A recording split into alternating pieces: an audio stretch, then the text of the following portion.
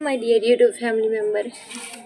तो प्रेम की एक ऐसी गाथा जो सबको पता नहीं होगी कि ऐसा भी हो सकता है लाइफ में। कभी पत्थर दिल भी पिघल जाते हैं। देखो, सुनो। तो क्या है, एक बार की बात है, एक पत्नी और एक पति दोनों तलाक लेने के लिए कोर्ट में खड़े हुए थे। और पत्नी ने ही तलाक का मुकदमा किया हुआ था, पत्नी ही तलाक लेना चाहती थी। फिर क्या हुआ, जो पत्नी थी ना,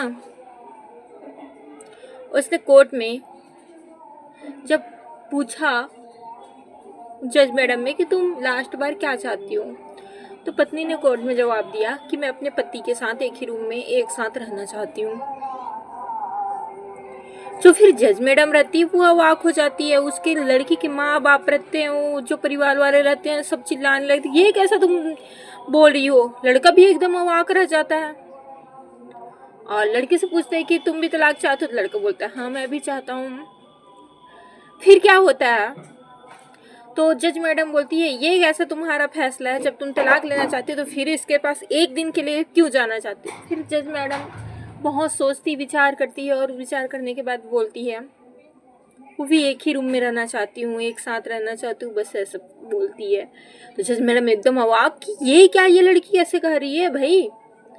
फिर जज मैडम काफ़ी सोचती है, विचार करती है, फिर विचार करने के बाद बोलती है चलो ठीक है, जो भी है, अभी तो ये दोनों पति पत्नी ही हैं, जब तक इनका तलाक हुआ नहीं है तो हो सकता है कि इसके बाद इनका निर्णय बदल जाए। मन मन सोचती है और बोलती कि जाइए आप दोनों साथ में रहिए। फिर क्या होता है, जो लड़की होती है बोलती है कि न तो मैं अपने मायके में रहूँगी और न तो मेरा जब तलाक लेने का फैसला, मेरे साथ रहने का फैसला, न तो मैं अपने ससुराल में रहूँगी।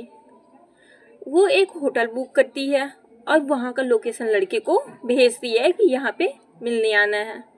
फिर लड़का जो है होटल रूम पे पहुँचता है। जज मैडम ने कहा था चले जाना, इससे मिल लेना, रह लेना, एक दिन की बात है। तो वो भी सोची थी कि चलो ठीक हो जाए, क्योंकि जो जज मैडम वगैरह होते वो नहीं चाहते कि सीधा सीधा किसी का तलाक हो जाए।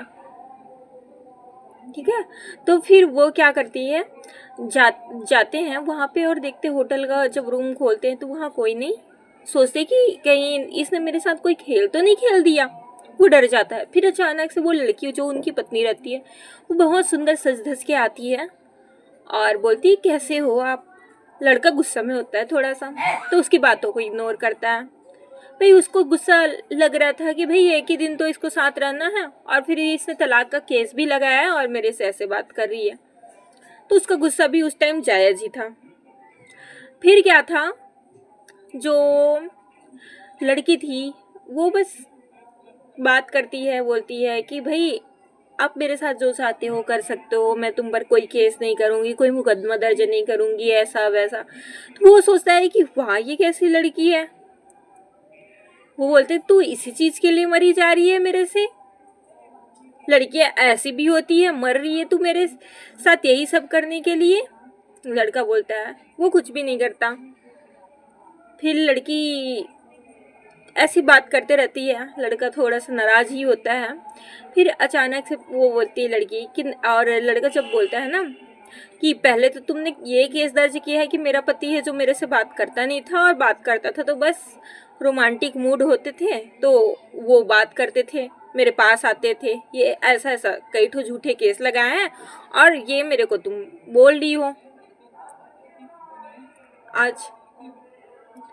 तो वो थोड़ा नाराज रहता है। फिर जो लड़की रहती है बोलती है हाँ सही बोल रहे हो, मैं ये सब के लिए नहीं मर रही हूँ, मैं बस ये जानना चाहती हूँ आपके साथ कि ऐसा क्या है जब मैंने तलाक किया उसके पहले आप इतने मतलब कि स्वस्थ थे, सुंदर दिखते थे, सुंदर शरीर के थे, लेकिन आज तलाक के कुछ माह के बाद आप मतलब कुछ साल के बाद, कुछ साल और कुछ माह के बाद आप इस तरह से हो गए हो। 4 साल पहले तो आप बहुत अच्छे दिखते थे। मैं आपके साथ गुजारी हुई 5 महीने की यादें अपने साथ रखी थी कि 5 महीने हम लोग बहुत अच्छे थे, और उसी 5 महीनों की यादों में मैंने पूरे 4 साल गुजार लिए। लेकिन मैं जानना चाहती हूँ हमारा लास्ट दिन भी अच्छा ही जाए, मैं सोच रही हूँ। और मैं ये भी जानना चाहती हूँ कि कैसे आपका चेहरा ऐसे हो गया है कि मतलब सूख गया है, आंखें धसी सी हो गई है, ये क्या वजह है। लड़का बोलता है लास्ट दिन, भाई आज के बाद तो हमारा संबंध आपके पास रहेगा नहीं, ये हमारा और आपका लास्ट मिलन है जैसा कि है। तो फिर लड़का बताता है कि जब तुम मुझे छोड़ के चली गई थी ना, तो समाज के लोगों ने मुझे ताने दिए, बहुत ताने दिए समाज के लोगों ने कि तुम एक पत्नी नहीं चला सके, तुम पत्नी के साथ सही से नहीं रह सके, सही व्यवहार नहीं कर सके, जबकि पता है कि मेरी गलती नहीं, तुम गुस्से से मुझसे छोड़ के मुझे चले गई थी। और उसी बीच क्या है, जब मैं डिप्रेशन में था, जब तुम मुझे छोड़ के चली गई थी, ऊपर से मेरे पे तलाक का केस कर दी थी, तो मैं डिप्रेशन में था। उसी टाइम में एक दिन अचानक मेरे शरीर में और पेट में दर्द हुआ, और जब मैं डॉक्टर को दिखाया तो पता चलता है कि मुझे ब्लड कैंसर है। मैं ज़्यादा दिन जीवित नहीं रहने वाला, 6 माह ही जीवित रहूँगा, उसके बाद मृत्यावस्था को प्राप्त करूँगा। लड़की सुन के अवाक रह जाती है, सोचती है जिस बंदे को मैं तलाक दे रही थी वो इस तरह से भी परेशान है। और लड़का बोलता है कि मैं तुमको तलाक नहीं देना चाहता था, ना तो मैं किसी हालत में तुमको तलाक देता, लेकिन मैं जान चुका हूँ कि मैं मरने वाला हूँ, मैं मृत्यावस्था को प्राप्त करने वाला हूँ, 6 माह ही मेरी जीवन है। मैं नहीं चाहता कि तुम विधवा बन के रहो मेरी, समाज वाले तुमको ताना घसे कि तुम्हारा पति मर गया, ऐसा है वैसा है। तो जैसे मेरे वो समाज वाले ने तंग किया, मैं नहीं चाहता कि वो सब तुझे दुख भोगना पड़े, सहना पड़े, इसलिए तू तलाक चाहती थी। और मैं पहले तलाक तो नहीं चाहता था, लेकिन अब मैं जान रहा हूँ कि मैं ज़्यादा दिन जीवित नहीं रह सकता, और तुम्हारी भलाई इसी में होगी कि मैं तुमको तलाक दूँ और तुम स्वतंत्र हो जाओ, खुशी से अपना जीवन यापन करो, इसलिए अब मैं तलाक देने के लिए राजी हूँ। लड़की सुन के अवाक रह जाती है। और फिर लड़की बस ऐसी कुछ बातें होते हैं, और ऐसे सुबह हो जाता है लड़की के साथ लड़का का बात होते होते अपनी पत्नी के साथ। फिर लड़का सुबह बोलता है कि मैं अपने रास्ते जा रहा हूँ अपना घर, आप अपने घर चले जाइए। फिर लड़की जो होती है जब वापस से कोर्ट में मिलती है, कोर्ट की तारीख में वापस से जब लड़की मिलती है, तब फिर वहाँ लड़के से जज मैडम पूछती है कि क्या तुम अपनी पत्नी के साथ रहना चाहते हो। वो खुश होती है जज मैडम की आज ये बंदा ये बोल देगा कि हाँ मैं अपनी पत्नी के साथ रहना चाहता हूँ। लेकिन वहाँ पे वो बंदा बोलता है कि नहीं, मैं अपनी पत्नी के साथ नहीं रहना चाहता हूँ। जज मैडम थोड़ा सा निराश हो जाती है। फिर लड़की से पूछती है कि तुम क्या अपने पति के साथ रहना चाहती हो। जज मैडम को लगता है कि इसने तो तलाक का केस लगाया, तो ये कहाँ रहना चाहिए। लेकिन अचानक से लड़की बोलती है कि हाँ मैं अपने पति के साथ रहना चाहती हूँ।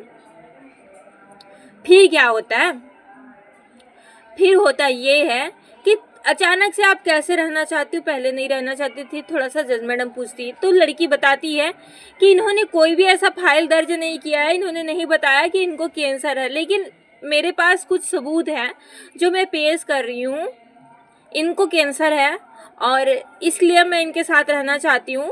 जो बंदा मेरे साथ इतने दिन मतलब मेरे साथ रहा, मुझे तलाक नहीं देना चाहता था, इनकी मैं बुरी परिस्थिति में साथ नहीं छोड़ सकती। बोलते हैं ना अच्छे परिस्थिति में सब साथ रहते हैं, बुरे परिस्थिति में जो साथ रहे वो सच्चा हमसफर होता है। तो इस बीच क्या होते हैं, लड़की के जो परिवार वाले होते हैं लड़की को मना करते रहते हैं कि नहीं नहीं नहीं, थोड़ा गुस्सा करते रहते हैं, झल्लाते रहते हैं, लेकिन इन सबको ध्यान न देते हुए भी लड़की उस लड़के के पास जाती है।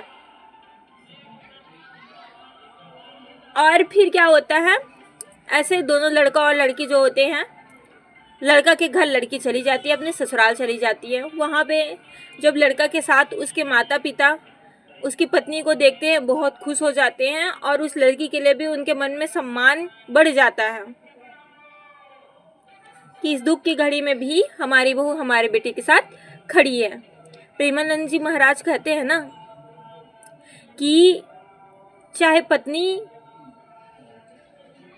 कितना भी गुस्सा करी, आपके चाह रहे हो जैसा वैसा व्यवहार नहीं कर रही है, तो आप अपने आप को बदल के उससे सही से प्रेम करो ना, उसको समझो तो वो सुधर जाएगी।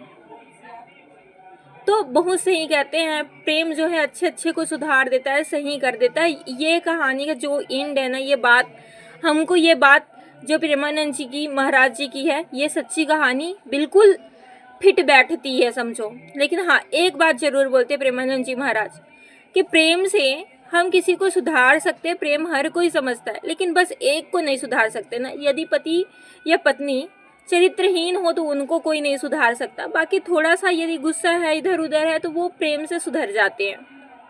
तो ये बात भी प्रेमानंद जी महाराज की थी, क्योंकि एक बंदे ने मुझसे पूछा था कि मैम ऐसा बोलते हो भाई, ठीक है, तो किसी की लाइफ में ऐसा है तो उसका पति को तो वो इतना प्रेम करते हैं, तो फिर क्यों नहीं सुधर जाते हैं उनके पति। ऐसा तो भाई देखो, चरित्रहीन बंदों को सुधारना या बंदियों को सुधारना बहुत परेशानी होता है। थोड़ा यदि कोई गुस्सा है तो समझ सकते हैं, लेकिन चरित्रहीनता आ गई है तो बहुत थोड़ी मुश्किल हो ही जाती है। इसके लिए बस भगवान पे छोड़ना पड़ता है। भगवान चाहेंगे तभी कोई इंसान सुधर सकता है, वरना नहीं सुधर सकता। तो प्रेम की भी आप कदर कर लो समय रहते, ये बहुत ज़्यादा ज़रूरी है। खैर मुझे लगता है कि आप इन कहानियों से कुछ प्रेरणा ज़रूर लेंगे और लाइफ में अपने प्रेम को समझेंगे, प्रेम का महत्व समझेंगे। खैर आप सभी को दिल से thank you, thanks for watching. जय Shri Radhe Krishna my dear YouTube family.